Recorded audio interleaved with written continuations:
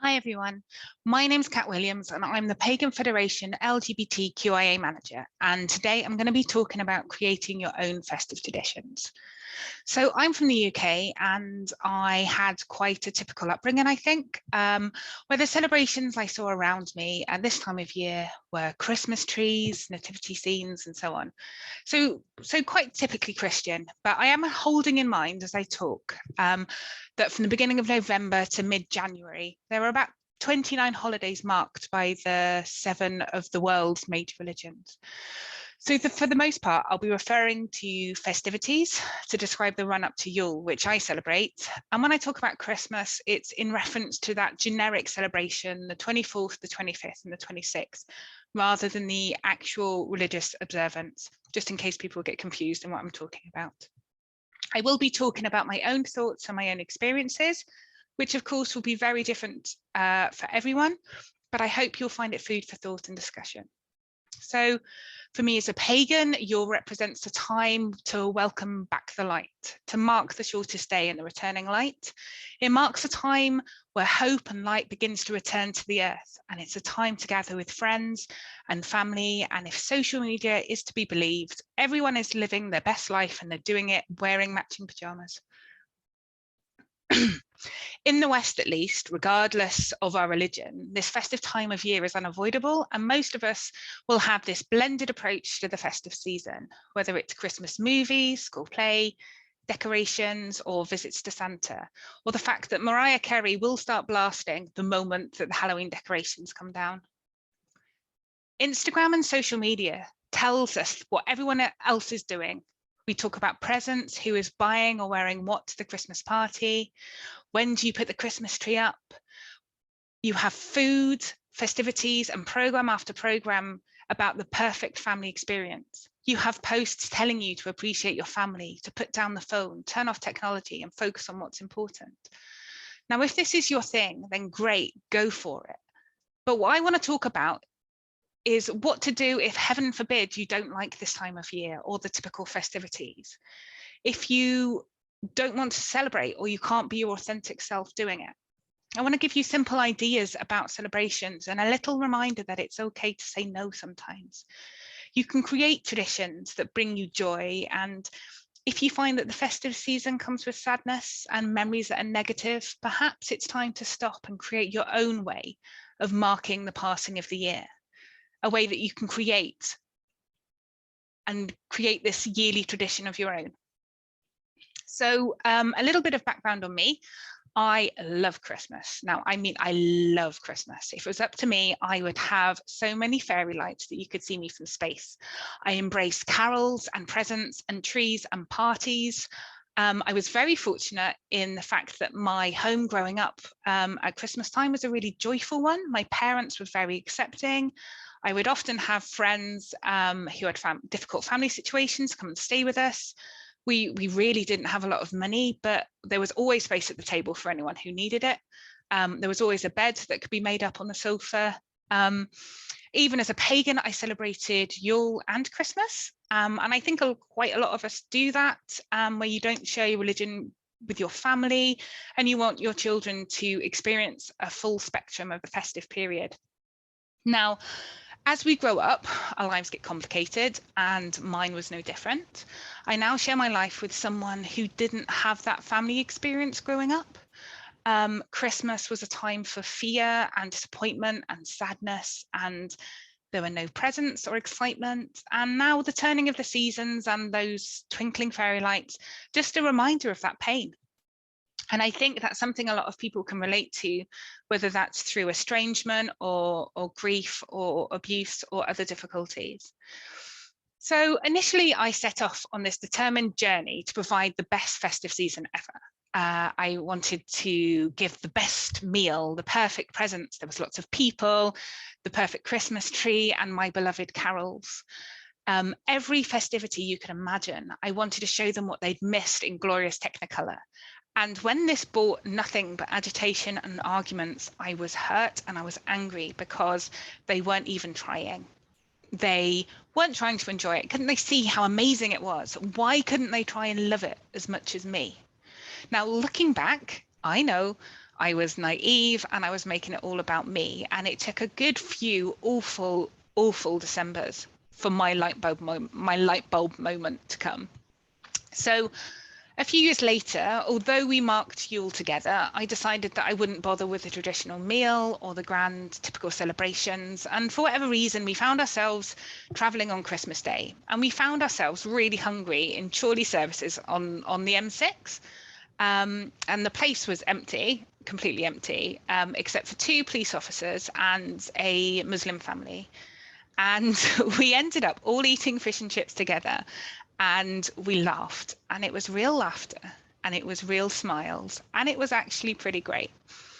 And the shelves in the convenience store bit, they weren't stocked. There wasn't really any staff in there.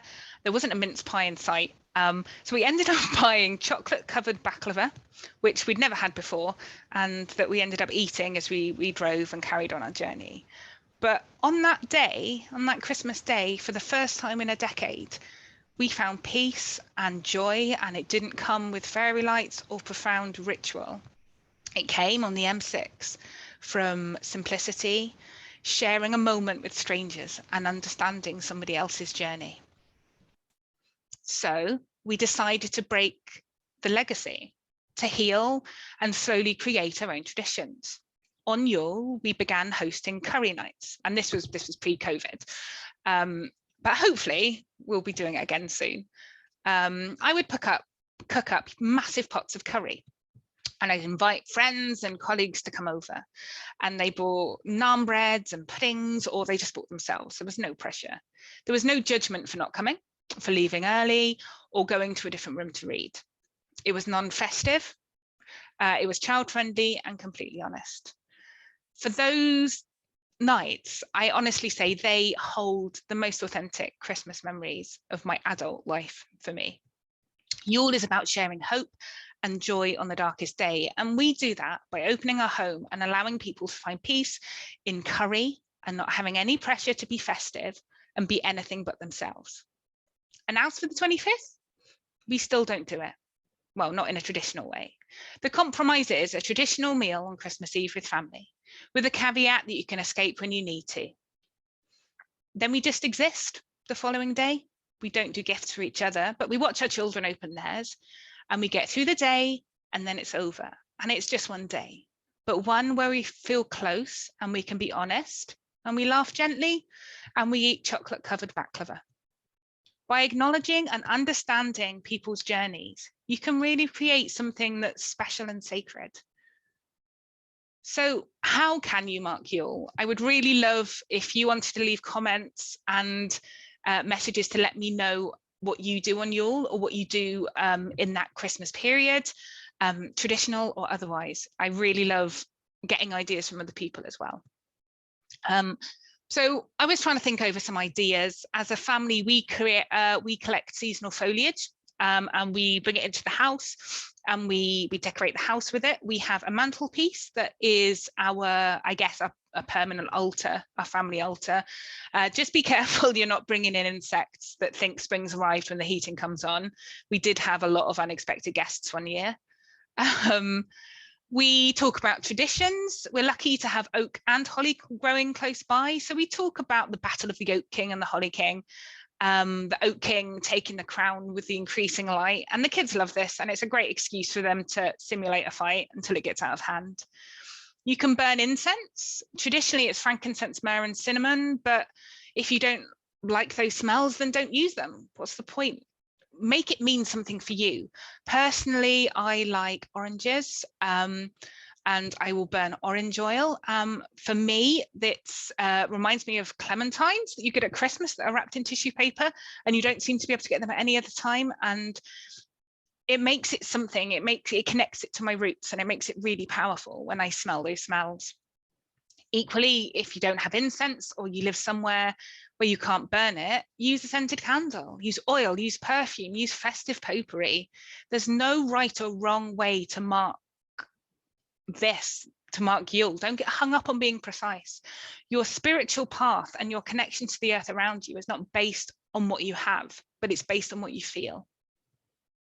Personally, and I will say this is very personal to me, I try not to worry about the preciseness of when or where I celebrate.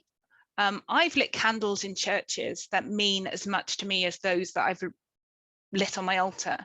If you traditionally go to church or the synagogue at this time of year with family, celebrate being together, celebrate light, celebrate human community. You don't have to see it as a conflict. Focus on the similarities in the message rather than the differences. Does your local pagan group or mates have a celebration at this time of year or a meetup? If you want to go outside and walk and you don't want to be alone, lots of towns and villages and cities now have walking groups. You don't have to let them know you're pagan. You might even find that they have a festive walk that you can join in. Like me, you could have friends over to share food. They don't need to be pagan. They don't even have to know that it's Yule. It's about sharing a moment with people and having that human experience. In this new era of connectedness, you can do this online. You can host a quiz, you can have a Zoom coffee with someone you love, join an online community with similar interests, share joy with the people around you and those who understand your journey and who you can be completely yourself around. Talking of technology, I'm going to go a bit off topic, but just be mindful sharing any posts that are urging people to put down the phone and focus on what's important in life, because many people, me included, find that the online community is a really, really important way that they get to be themselves and to contact friends and get support. For people who live alone, have disabilities, for carers, for parents, or simply that those that live far away from friends and family, digital communication is vital. So be careful not to dismiss it simply because it's not part of your journey. If you enjoy journaling, and you're someone who likes reflection, why not focus on the idea of the returning light? Think about how you're going to bring light and warmth into your year. Pick 3 things that you can do that will make you smile and write them down. Put them in a diary. It's a great way to remind you about the importance of self-care. Make them simple and doable. It can be take 5 minutes a day to read, or have mob baths and use bubble bath, or even take your daily vitamin.